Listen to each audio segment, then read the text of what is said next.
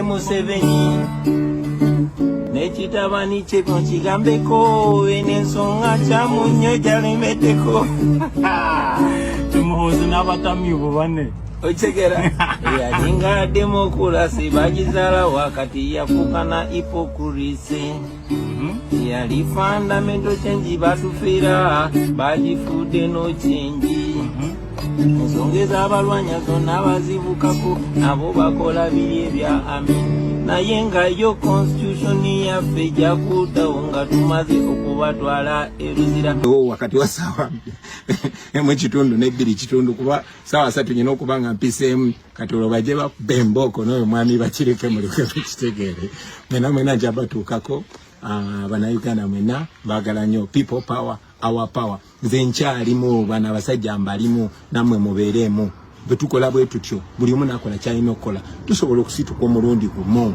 nzize mbagamba tebalina busobozi obwo busitopinga ekintu ng'obudde bwakyo bwatuuka bw'oba okiwakanya use me.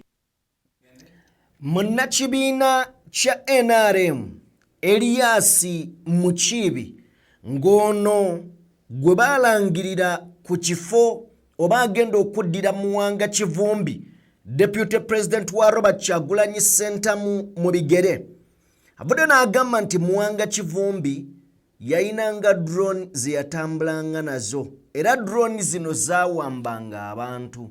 Munna NRM agamba mbu Muwanga Kivumbi kituufu yayina drone ezaawambanga abantu ensi bwetyo bweri. Mu ngeri yemu njagala kutegeeza nti Robert Kyagulanyi Ssentamu olunaku olwajjo twakwolesa akatambi ng'ali Gomba agenda mu maaso n'okubeera ng'ali ku bazadde be abasiimuulako mu Luganda kye tuyita okulima ku bagenzi era n'ategeeza nti we yasuze kale nno n'agamba ate yabadde alina kusula emukono ewa Namboze n'amugamba muteereko. Olunaku olwaleero akatambi kafulumye nga Kibanda ddala kituufu ali mukono. Kibanda okusinziira ku bifaananyi nti yayiseeyo bw'ati. Byonna ngenda bbeera nga mbikuwa naye era njagala nkutegeeze nti General Muhoozi avuddeyo n'agamba nti yasonye Robert Kyagulanyi Ssentamu yamusonye amindist byonna byazaawandiika agamba nti I have already forgiven my young brother Mr. Kyagulanyi. This time round ataddeko my younger brother naye we back yagambako nti tekakyali kaganda kange my younger brother Mr. Kyagulanyi. Tugenda beera nga naawe tutunuulirawo kitegeeza nti ebintu ebimu biyinza okuba nga bigenda kukakkanako naye nkujjukiza nti waliwo statement eyafulumye jjo nga bagamba nti Mwami Muhoozi taddamu okumala gawandiika nga tamaze consultinga muzeeyi we. Kino kiyinza okubeera nga kivuddeko eyo statement oba tugenda kubeera nga tujja. Nyombi Thembo yakulira UCC olunaku olwajjo internet yaddiziddwako fule avuddeyo n'abaako byatugamba munnayuganda ngenda bikuwa naawe obirabe. Chris Baryomunsi agamba nti Dr. Kano Kizza Besigye asobolera ddala okubeera mu kkomera kubanga n'obulwadde obwabadde bumutawaanya baabukozeeko kati ali bulungi kale tewali kyakweraliikirira. Balooya ba Yusufu Kiruruta Nkerettanyi bakedde mu kkooti. Mujjukire waliyo recount eyayitibwa minisita Bamulanga Kisempijja okubeera nga baddamu okubala obululu. Enteekateeka gyeri byonna tugenda bbeera nga tubitunuulira. Muto wa Robert Kyagulanyi Ssentamu ye Mick Wine agambye ab'ebyokwerinda mukwate drone yammwe mugijje wano. Motoka y'amafuta efunye obuzibu ku kkubo tunuulira abantu. Omwaka ogwedde twafiiriddwa abantu abafiiridde mu bubenje bw'ebimmotoka abasoba mu bantu 24. Ne yiyo gwe tunuulira embuzi zino ejjo wali amafuta daba we bagatadde Kikunaamiriza bwe bayiwamu ng'ekwata ali omuliro nga tugamba abaana b'eggwanga bafudde. Bano oba ogenda kunakuwalira ki? Soko tuwa akatambi ako. Sawa zino emmotoka y'amafuta Namagunga wenjogerera egudde kati. Sawa yonna eyakomye naye abaana tobanyumiza ebyo. Egudde zeetomedde n'etulera endala. Era ekiri wano kusena maali obudde tewali. Sena maali tosala. Sawa yonna tulera eyaka kati zeetomedde. Era ekiri wano ekisinga okwewuunyisa bakimanyi bulungi nti essaawa yonna ekwata omuliro. Emmotoka y'amafuta eyasembayo okugwa yagwa ku lw'eggayaaza omwaka oguwedde. Abantu ne bajja nabo baali bajjeyo mafuta. Ne kati abajega bano abali wano ate bo tafaayo ali mu kuttulula ne bannange. Anyway, katujje tutandike video.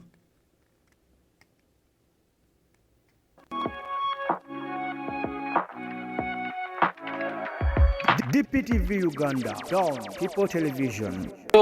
Bino bali mu kugamba mbu yagiranga mu drone bituufu n'abantu abo. Nga yaine nga convoy ye ebeerako emmotoka oluusi 10 oluusi zisingawo ng'alina drones 2 Muwanga Kivumbi nga ziwamba abantu. Drone enzirugavu baagikwata ne bagiteeka ku police station y'Ekibibi, main police station Butambala.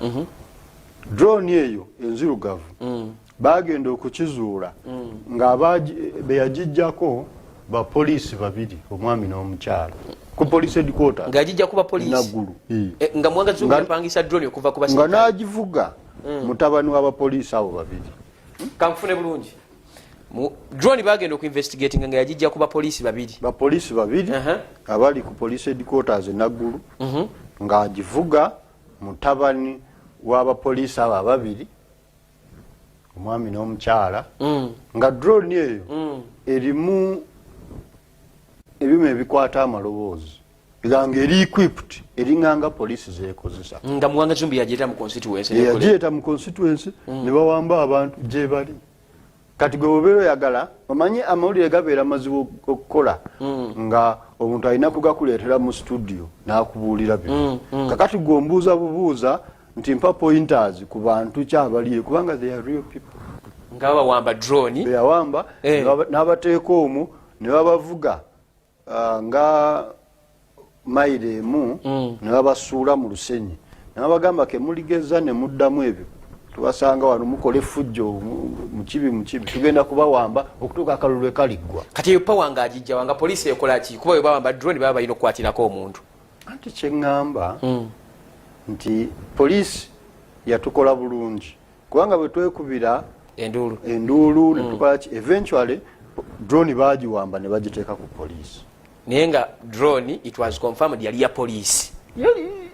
Nga Muwanga Kivumbi yakozesa drone ya poliisi. Without a doubt. Ebyo gye biri bye twogera biki osobola ogenda okiverifyinga. Era abakulu abo bwe bawamba mu stories aye bagaba abateekanga luddawa ongambye bwe bateekanga mu kiseera babawoninga anti yabawamba be yawamba ng'abawamba kati ekigendererwa ekikulu kubatiisatiisa. Babawamba ne babakuba ne bagenda ne babasuula some distance okuva we babajje. In the process to campaigns bawambira abantu mulimu abaafanga in the process ya campaign. Kye tulinayo rekodi ya muntu yenna yafa. Kakati mwami Muwanga kye yali asinga okwagala kasita twamusinga ku ground ng'alaba abantu bamuwagira. Nze kinalaba kye yali asinga okwagala response kulaba nti atuteeka eri naffe tutandike okulwana. Ffe ne tukunga abantu baffe ne tugamba nti ffe tugenda kukola kampeyini ya mirembe. Tetugenda kubaddamu, tetugenda kulwana nabo. Bwe babeera bakutuusizaako obulabe reportinga ku police.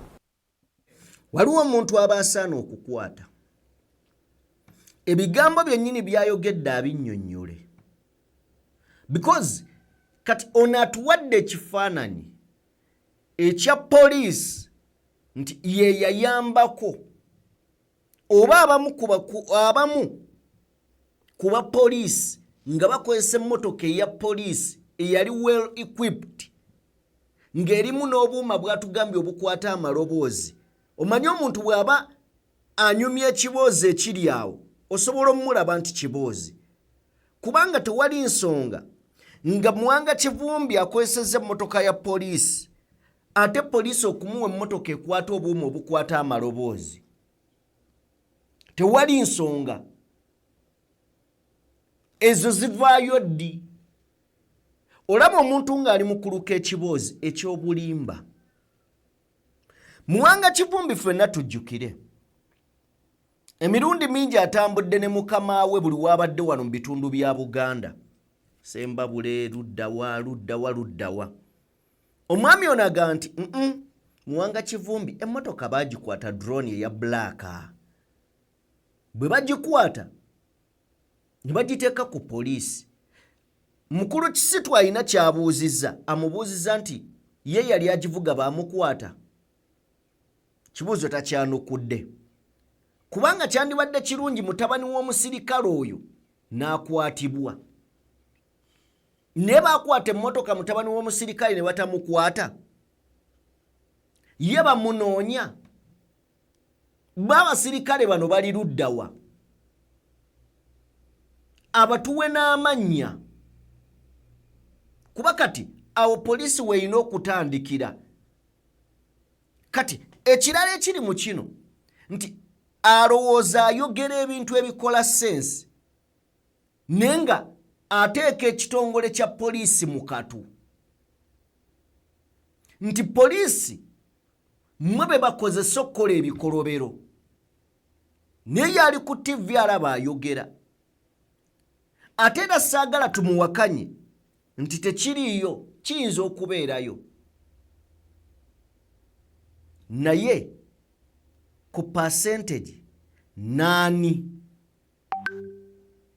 Kubanga tulina Deputy RCC eyagamba nti Muwanga Kivumbi gwe bandeetera najjirira gwe. Kitegeeza no waliwo amaanyi agajja Muwanga Kivumbi mu kifo ekyo. Wakati mu mbeera n'ebizibu Muwanga Kivumbi byayitamu, banywanyi be beeweze obutamulekulira, newankubadde ng'ebyobufuzi byo bigenda mu maaso ne bagamba omukwano kikulu. Tulina omukwano ogutasobola kuvaawo, era okusinziira ku bannamateeka era mikwano gy'omubaka Muhammad Muwanga Kivumbi mukadde kano nga musibe, nga bano bakulembeddwamu Medad Lubega Sseggona akali amaggwa. Bategeezezza tebasobola kuva mu munywanyi waabwe era baakumuyamba asimattuke ekkomera. Medad Lubega Sseggona agambye nti omukwano gwabwe gwalinnya eddaala nga kati baafuuka ba Luganda, kale nga tebasobola kumuleka kuseegera mu kkomera. Bannamateeka bano kuliko Sseggona, Asumani Basaalirwa ne Lord Mayor Erias Lukwago. Sseggona agambye nti newankubadde ebyobufuzi birabikanga ebibaawula, naye balina ensonga ennene gye batasobola kubuusa maaso, naddala Oluganda lwe baabangawo. Kivumbi yakwatibwa naggulwako emisango okuli ogw'obutujju n'okulya mu nsi ye olukwe. So bannamateeka bano beewaddeyo okulaba nga Muwanga Kivumbi afune eddembe lye nga bamujja mu mannyo g'empisi bamujja mu kabula muliro bagamba akwagaliza ekkomera akwagaliza ntaana. For that tusobola okwebaza abasajja bano nti kati professional yaabwe bajja exercisinga ewatali kiba compromisinga nti ate leero tulina kubeera mu palamenti ate munnaffe ali mu kkomera. Leero bakola omulimu gwe baasoma professional yaabwe era ng'Erias Lukwago bwe yabadde awaayo obubaka obwa ng'asiibula n'okukkiriza nti mpanguddwa yagambye ngenda kusigala ku professional yange ey'okulwanirira eddembe ly'abantu okufuna obwenkanya mu nkola eya rule of law n'okubeera nga tuluwana okulaba ng'obukulembeze buno obuliwo obufuzi obwa family emu family rule bugibwawo. So I think kino kirungi simanyi gwe bw'okiraba n'endowooza kirungi nnyo. For that tusobola okwebaza abasajja bano wabula kyemmanyi Asumani basaalirwa yerooya wa Muwanga Kivumbi era abaali balaba kooti ng'egenda mu maaso Muwanga Kivumbi waliwo yali amunyigira essimu awo erinnya waliwulira ng'ayogera ku Asumani basaalirwa ye munnamateeka we. So byebyo kakati ebyo byonna byogerwa daba Muwanga Kivumbi gwe bagamba olaba abantu be yafiirwa.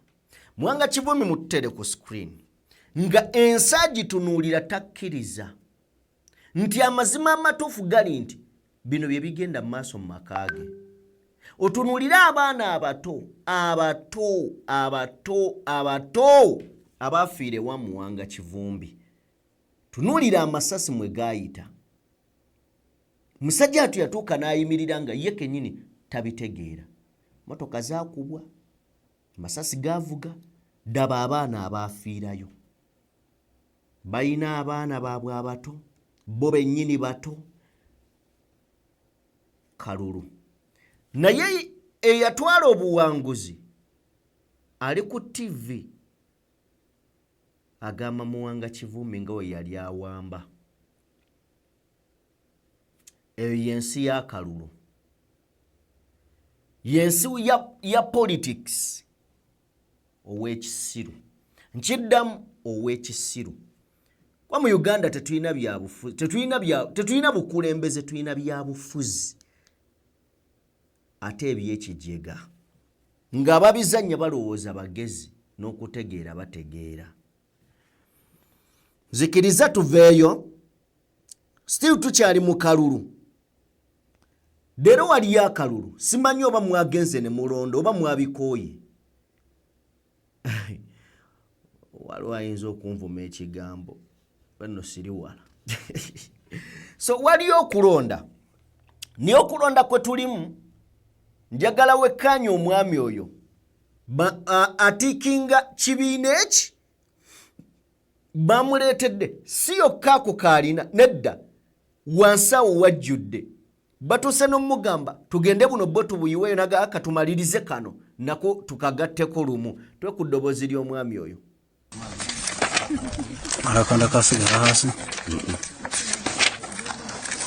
So wano kutiga bona bukawo ataja kasigala.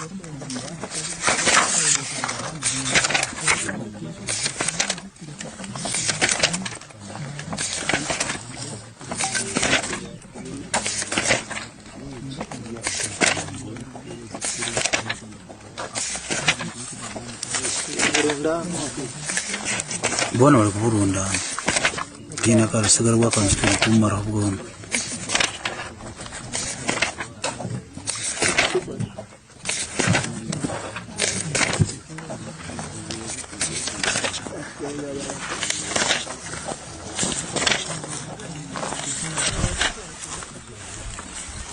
Kunyamire mango man. Kashitiko.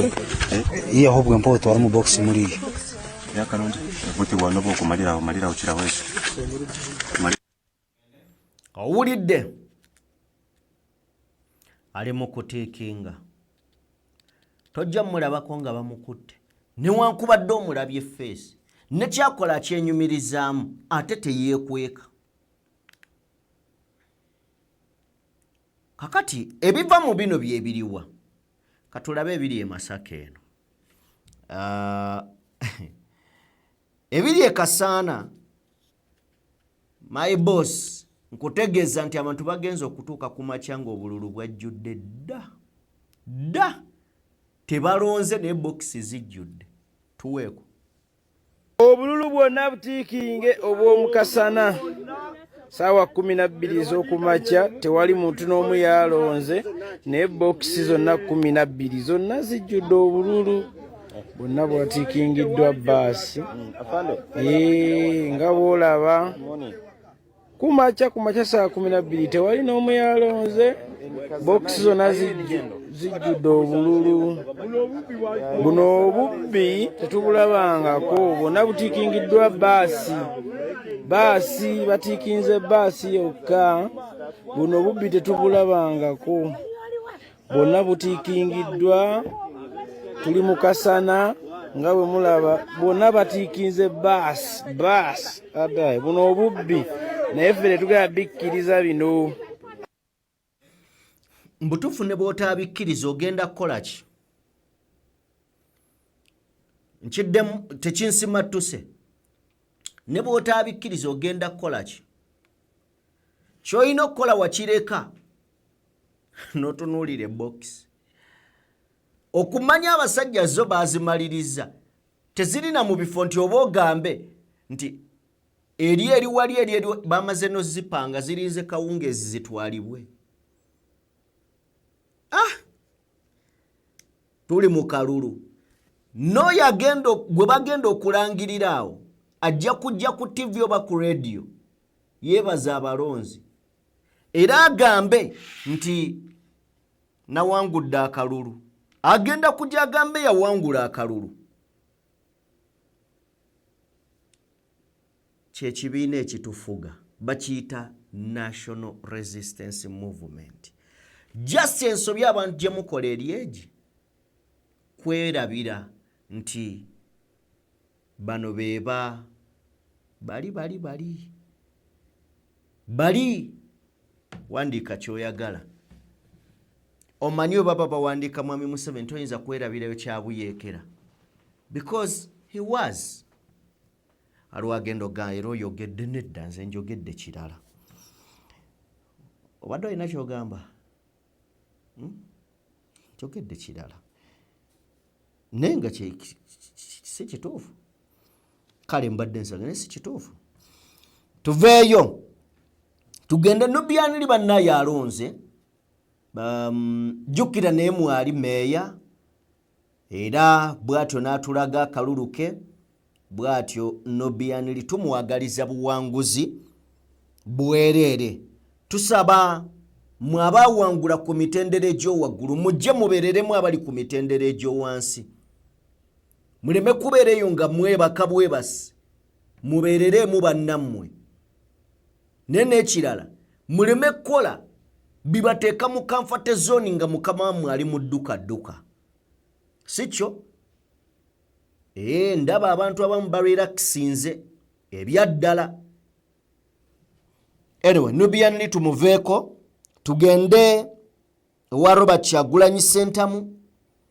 Yabadde gomba olunaku olwajjo era n'agenda mu maaso n'okubeera nga tulikodingira akatambi. Mu bimu ku bintu by'olina okumanya ku Bobi Wine oba ali mu bizibu oba ali mu ssanyu amanyi kye bayita okukwata amawulire. Bannaffe abali ku sayidi eno eya NRM emu ku nsonga tebamanyi na bikola mawulire. Naye Kyagulanyi akufunira mu ange y'ennaku n'oseka n'akufunira mu y'essanyu n'oseka. Kwegamba ye buli ddakiika akuwa essuubi akulaga nti ebintu bisoboka.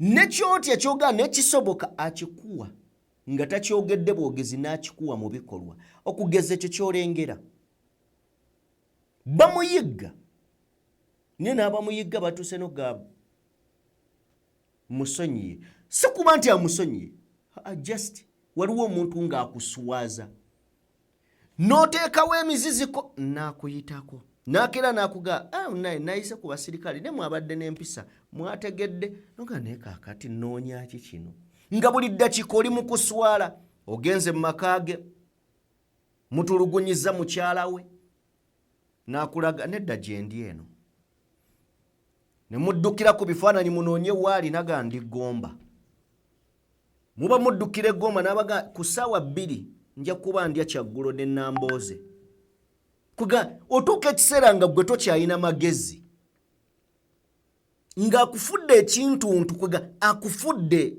ekyokuzannyisa omanyi biddole so ye Bobi Wine kati ab'emukono musibye mutya nno sokoto abana Kyagulanyi akulowozesa ebintu n'ogamba oba lulimu olwo aliyedi nego kimanyi ono yafuuka kapa ebyaddala omanyi Bobi Wine alabika alimu oluwewowewo aleke yagenze ku malaalo kati amaanyi ge yajja eyo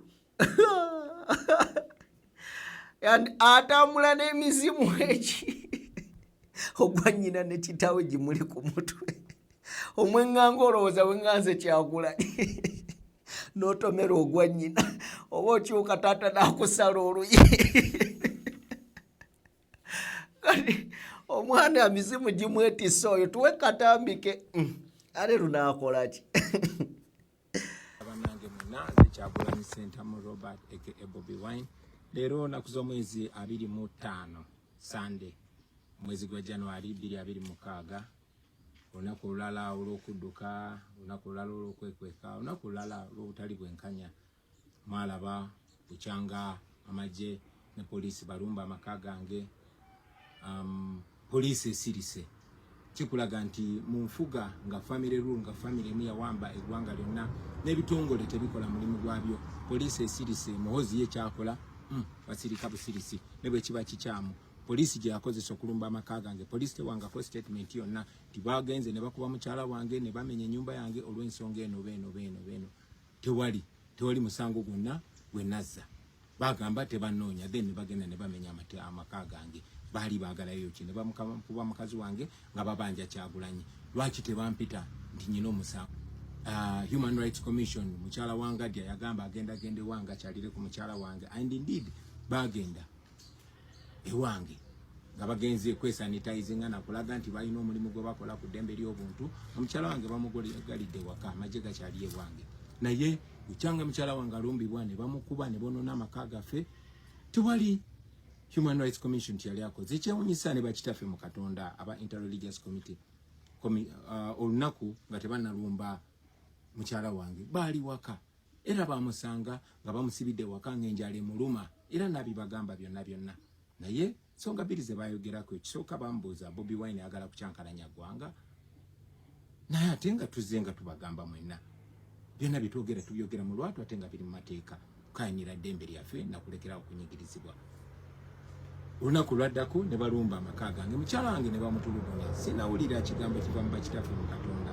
bawanye ekitiibwa naye ndowooza buli omu yandisitudde eddoboozi lye ku butali bwenkanya obugenda mu maaso nga bukolebwa abo abalina okuuma eggwanga abo abalina omulimu ogw'okukola emirimu gy'eggwanga anyway obuvunanyizibwa bonna buli eri mmwe bannayuganda mwalaba Chief Justice nga bamulayiriza ekisozi kiringa nze bwe nayita Chief Justice nti Busaabala alayirire kikulaga nti Museveni eggwanga lirabanga private property ye kakati oyo we yayise n'amulayiriza ewe ku faamu bw'osuubira otuwa obwenkanya ekikunyonyola ensonga lwaki tetwagenda mu kooti bannayuganda omulimu guli eri mmwe obuvunanyizibwa buli eri mmwe era obusobozi buli eri mmwe nze okuba nti siri waka kati navaayo mbalage nti buli omu alina asobola okubaako kyakola amagye gonna ganoonya omuntu omu naye nnaku zigenda mu 10 bakyalemeddwa okunfuna kitegeeza nti si bamaanyi nnyo nga bwe babagamba kitegeeza nti naawe munnayuganda osobola okukola byonna byokola nga tomenye mateeka yes batuyita abayeekera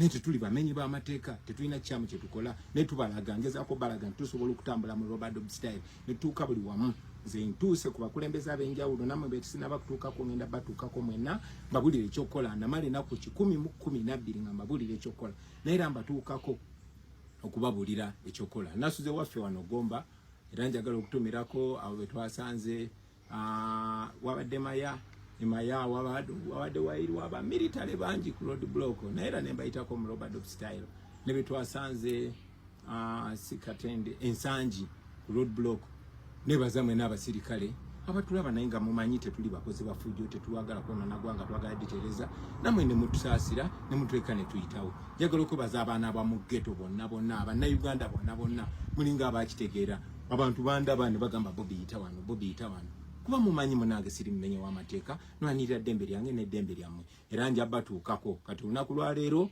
nsula mukono ono ebona mboze munteekereko ekyeggulo ate nze ndi ampuuta ne mukiteekewo wakati wa saawa emu kitundu n'ebbiri kitundu kuba saawa 3 nyina okuba nga mpiseemu kati olwo bajje bakubba embooko n'oyo mwami bakireke muleke tukitegeere mwena njabatuukako Bannayuganda mwenna baagala nnyo people power our power nze nkyalimu bana abasajja mbalimu nammwe mubeeremu bwe tukola bwe tutyo buli omu nakola kyalina okukola tusobola okusituka omulundi gumu nzize mbagamba tebalina busobozi obwo busitopinga ekintu ng'obudde bwakyo bwatuuka bw'oba okiwakanya use me as an example.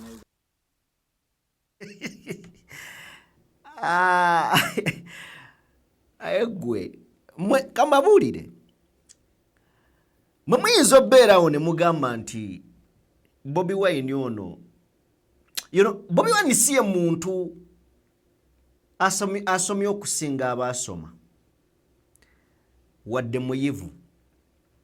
Bobi Wine si ye muntu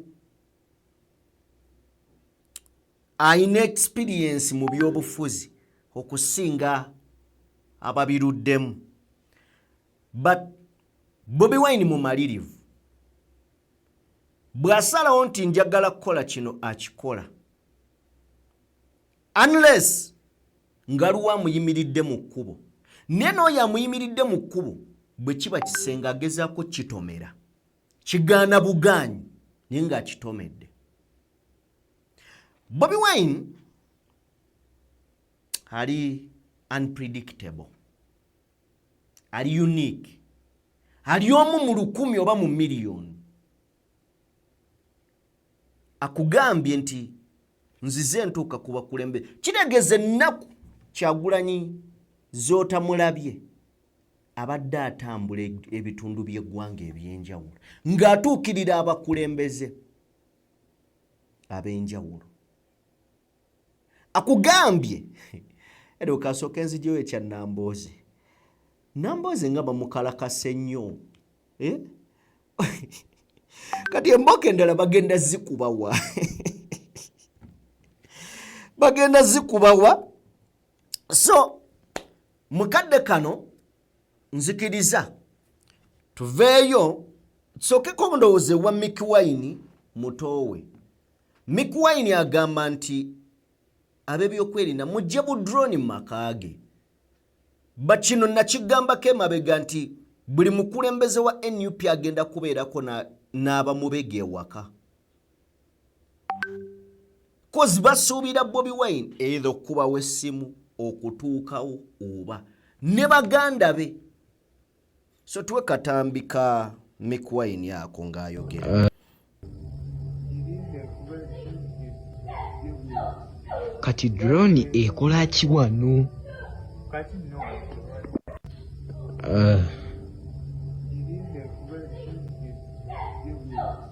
Kati drone ekola ki wano? Ye Mick Wine nga yemulugunya. But General Muhoozi Akenye Lugaba avuddeyo ne tweet ngagamba, I have already forgiven my young brother Mr. Kyagulanyi. Waliwo wootuuka n'onoonya omuntu ng'oyina amaanyi, oyina obuyinza, oyina buli ekikufuula okubeera waggulu we, naye ng'ekintu eki akusinga amagezi n'okutegeera. Munkwate bulungi, siri mu disrespectinga ekintu kyotazanyirangako ku nsi bwe bwongo n'okutegeera. Kambawo ekyokulabirako. Abantu bangi basitula emigugu nasitula ebintu n'ogamba ono nga w'amaanyi. N'atuuka ewaka nadda ku ssimu bw'ati nkuwa kyo ekyali kikutuuseeko oba munno nga kyali kimutuuseeko. Nadda ku ssimu n'atwala okuva ku ssaawa 2 z'atuuse ewaka paka ku ssaawa 9 n'agyewummuliza ne yeebaka. Kati wulira, waliwo ataasitudde bizito ng'abadde mu woofiisi n'atuuka ewaka n'akwata essimu n'emuva mu ngalo ne yeebaka nga tamanyi na gyegudde. Kati ekyo kye bayita obwongo. Obwongo busitula ebintu ebizito ow'amaanyi by'atasobola kusitula. Wokakasiza nti bukooye n'akantu akatono tebusobola kukawanirira. Kati abantu abamu abalina obuyinza bakozesa maanyi si bwongo. Kyova olaba alina obwongo asobola obbakubamu paasi n'ebayitamu. Kyagulanyi tayimiridde ku maanyi kuba ali ogu.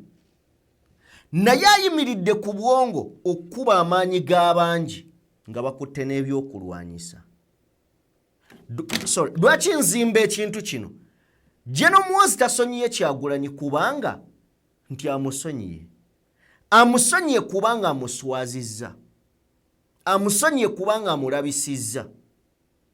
Tosobola kutuuka kussa ng'omuntu tomanyi na bwe yafuluma wakaawe naye ng'olwedde mwayinawo amagye. Tosobola kutuuka kussa omwogezi wa poliisi n'agamba gy'ali mu maka ge n'afulumya akatambi ng'ali walala. Ne kitabamalira mummwe ne mulowooza nti yandiba gy'ali yeekwese ne mulumba amaka ne mugamenya. Ne mwonoona buli kimu ne mutuuka ne mu siiringi ne mukwata asikaali mumubuuza basement weeri nga taliiwo. Enkeera mukyala we n'agamba bwe kibanga twakkaanya nze nsigale. Bwe kibanga okujjayo baagalako esanze kwegayiridde tojja vaayo ng'aliwo nsonga ndala. Omusajja n'akola akatambi ng'ali somewhere. Muli mu kumunoonya eggwanga lyonna. N'akola akatambi akalala. N'ovaayo n'omuwa 48 hours. Nodda n'okola 24 hours. N'otuuka n'ogaaka tetukyamunoonya. Bamuleete nga mufu oba mulamu. Gwe kennyini n'omala namusonyiye dda. Abantu abamu tebaagala kukkiriza nti eno defeat bansinze. Ne beekangabiriza nga bagamba just ebyo mbyesonyiye bwesonyiye. Mbyesonyiye mwe mulowooza sirina busobozi bumufuna. Naye nga mazima naawe okimanyi nti omuntu akulemye. Singa abadde takulemye tewali nsonga yali emenya maka ge ng'osobola omufuna. Singa wali nga omufunye tewali nsonga yandikututte oba yanditutte abagambibwa okubeera ab'ebyokwerinda betukkiriza nti babyakwerinda kubanga singa si babyakwerinda singa baakwatibwa dda ne mutuuka okukola ebikolwa eby'ensonyi ku mukyala w'oli. Kati ensonyi ezo Security tebagikubyemu ebituli bagiwummudde ogamba omusonyiye.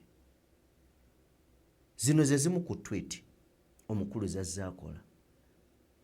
Kabobi nkawadde 48 hours. Bw'ateewaayo ngenda mutwalanga mutujju. Tugenda muyisanga mutujju. Kati omutujju wasonyeewo ki? Oyagala asaanyeewo nsi? Sina muntu yenna gwe ntya ku nsi kuno. Kubanga omusaayi mwenva gwa Yesu. Yesu yawangula ensi. Gwe omuntu omwakulemye. In fact Yesu yawangula n'amagombe. ekyo kyokyali mulamu tuyinza okiri ne tugaka tulinde wonoogawangula nago ova mu musaayi gwa Yesu nago katugalinde okitegedde. We have stopped our search for Kabobi for 24 hours. Ku biragiro bya commanding chief bayimiriza okunoonya Kyagulanyi ssaawa 24 mabega ku biragiro bya chief bya commanding chief ye Mwami Museveni. Apparently, according to some source, okusinzira ku sources, Kyagulanyi yabadde ayagala kwewaayo mu mirembe. Okitegedde? Baali baagala yeeweeyo mu mirembe, n'ekyo kyagaanye. Kakati kye basigaza bawadde orders abasirikale bamuleete nga mufu oba mulamu. Abasirikale bange tebakubanga mukyalawo. Tebakubanga babi. Mukyala wa Kabobi. Bino byonna kubyogera. Now, the question is, lwaki omusonyiwa? Lwaki omusonyiwa? Ogana n'okwata omuwula gw'ekyennyanja n'ogulya mwangu okugaaya. Ne bw'omira n'omira akagumba k'otaalabye, w'otegeerera nti omumiro gwo mutono. Kakati wakwata enjovu ogipakire mu kaveera ak'ekikumi oba ak'ebibiri, enjovu ewalidde. Wakati mu kwongera okulaga eryanyi otugamba musonyiye. Okay. Awo wetuli. Awo wetukola ki? Wetuli. Ne internet sebo yagicontrollinga. N'endabyo w'ekitiibwa Nnyombi Thembo ng'avudde atuga internet kati masavu. Internet temuyina kye mugamba. Naweereddwa ebiragiro okuvamu lwaki mbyogera. Mutuwe Mukama waffe. Oyo yatukkiriza okubeerako. Yatuggyako ne tulaajana. Ai Katonda. Oyo ye boss.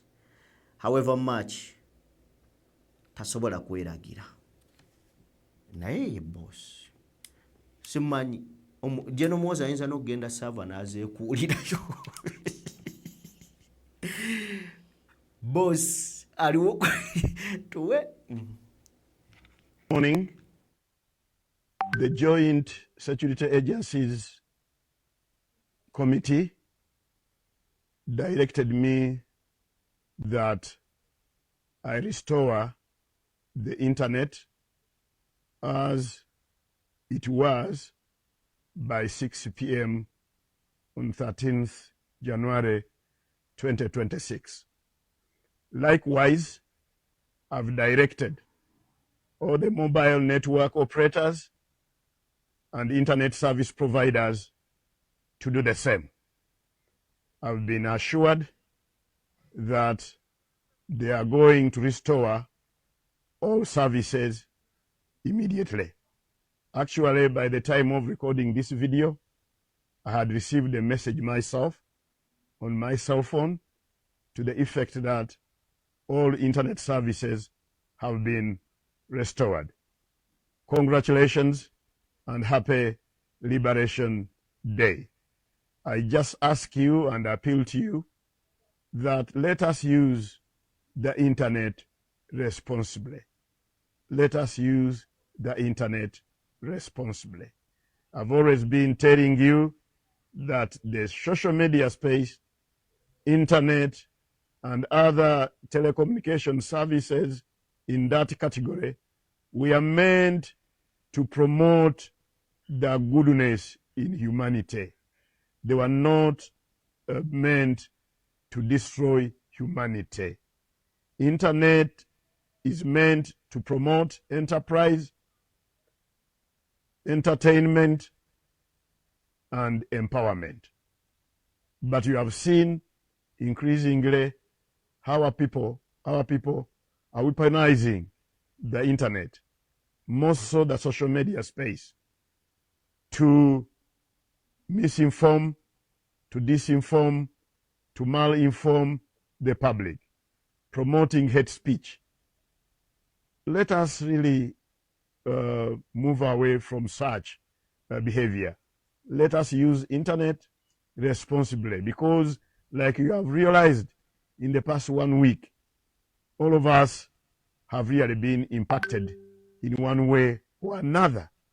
And I believe this is because of possibly a few people who were weaponizing the internet, who wanted to use the internet for other purposes that would compromise public order and national safety. So congratulations. Happy Liberation Day. Let us move on. Ye mukulu Nyombi Thembo. Bwatu gambi. Kale, webukeredde nchayo olunaku olwaleero ngali omusango ogugenda maaso mu kkooti e Masaka ogwa Nkerettanyi. Omusango gwa Minisita Bamulanga Kisempijja mwe yagenda maaso n'okubanga ye mulugunya era n'asaba recount mu kalulu wa Kaaliyo e Kalungu. So, kkooti olwaleero etudde era nga bw'ogenda maaso n'okubeera nga wekkaanya mukwano gwange, njagala kutegeeza nti ebimu, in fact ebivudde mu kkooti eno, omulamuzi ali mu musango guno Albert Asiimwe owa kkooti e Masaka akkiriza okusaba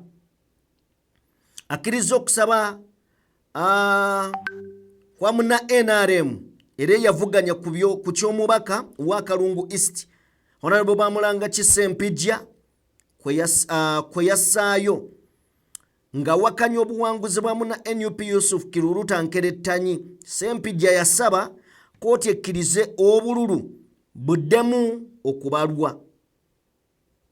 Kakati omulamuzi Asiimwe alagidde obululu buddibwemu okubalwa ku ssaawa 9 ezaleero. Ssaawa zino ziri 8, simanyi katambi kagenda kutuukirako, but ku ssaawa 9 obululu balagidde buddemu okubalwa. Aya. Saala zokka. Saala zokka. Bwe tubanga tuvuddeko eyo, njagadde nakyo kitegeere. Tugende wa Dr. Chris Baryomunsi. Chris Baryomunsi yavuddeyo n'agamba nti tukimanyi. In fact, nti Besigye akyasobolera ddala okubeera mu kkomera kubanga embeera y'obulamu bwe yali afunyemu obuzibuzibu mu lubuto, naye kakati abasawo be baamukozeeko era tewali kyakweraliikirira. Chris Baryomunsi lwaki tomutuwa? A few days back, Dr. Besigye just got some minor diarrheal illness, and he was attended to by his personal doctors and is now well, and is living his usual life within the Zira prison. It's contrary to what had been said by his wife, that he's seriously sick and that he is not able to access his personal doctors. That's not true. I have spoken to prison authorities. I have also personally spoken to his personal doctors, who include his own biological siblings, and what I'm telling you is a matter of fact. And therefore, yes, while we sympathize with Dr. Besigye because he's still in prison, I think it would be wrong to always want to over-precise his situation by falsifying information. What we pray for is that he should get a speedy trial in court so that his issues are resolved as soon as possible. Okay, ye Dr. Chris Baryomunsi ku nsonga za Besigye tetugenda sukkako wano. Munzikirize mbeebaze mwenna bentambudde nammwe. Timwebale nnyo, mwebalire ddala. Mukola kya muwendo mikwano gyange okubeera nga mutwegattako. Eno EDPTV Uganda yenze Sajjime ne Morgan Kulensi era yali ku mapeesa. Katonda omulungi ow'ekisa abanjagalire. Beere bulungi, mweraba.